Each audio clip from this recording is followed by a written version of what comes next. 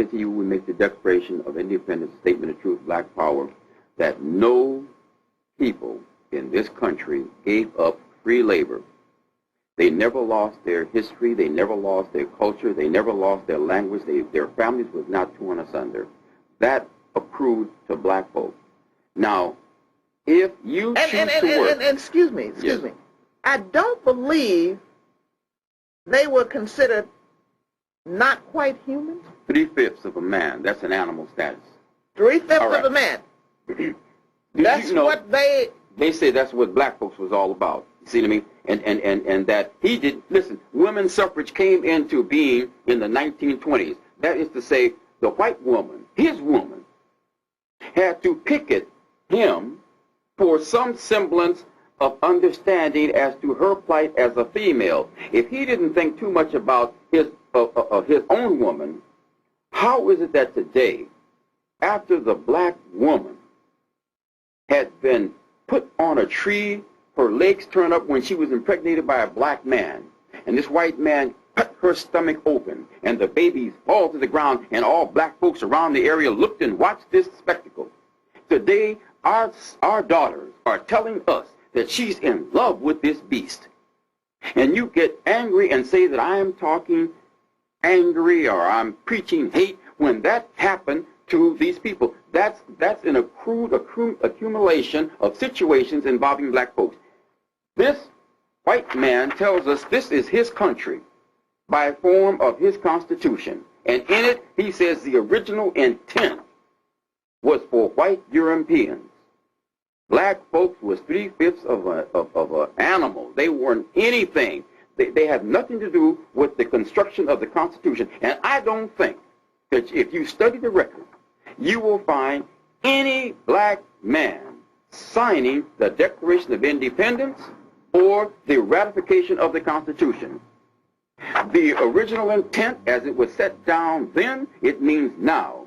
And that's why it's easy for a Caucasian to go to school and study about his history and get mad at you when you finally peek under that piece of paper and find you. And then say, look, I'm going to stand as a man, and I choose to act as a man.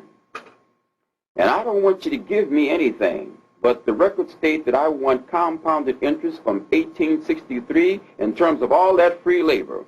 And to show you the principle of it, some time back, I had occasion where my oldest son went into the internet and found out that there was our father who had left little monies up there in Sacramento that we didn't know nothing about. And all we had to do was to present ourselves and document who we were in his relation to him, and that was ours. It's called an inheritance, right? Right. Well, that's exactly what we did. Okay? The money was an insurance, but you had the bank could only hold on to the money for so long. Okay? That meant it would accrue interest. Mm-hmm. In certain states, that situation still exists. So the black man must go back into his history and find out what was his condition when the country was set up, what was the condition when the Constitution was ratified, and for whom was it ratified.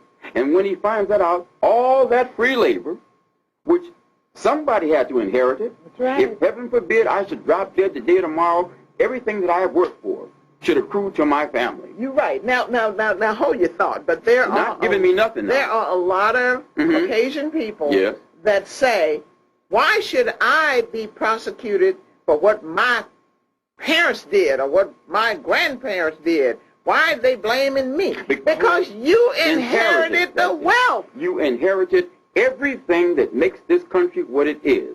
And without that free labor, you wouldn't have your banks.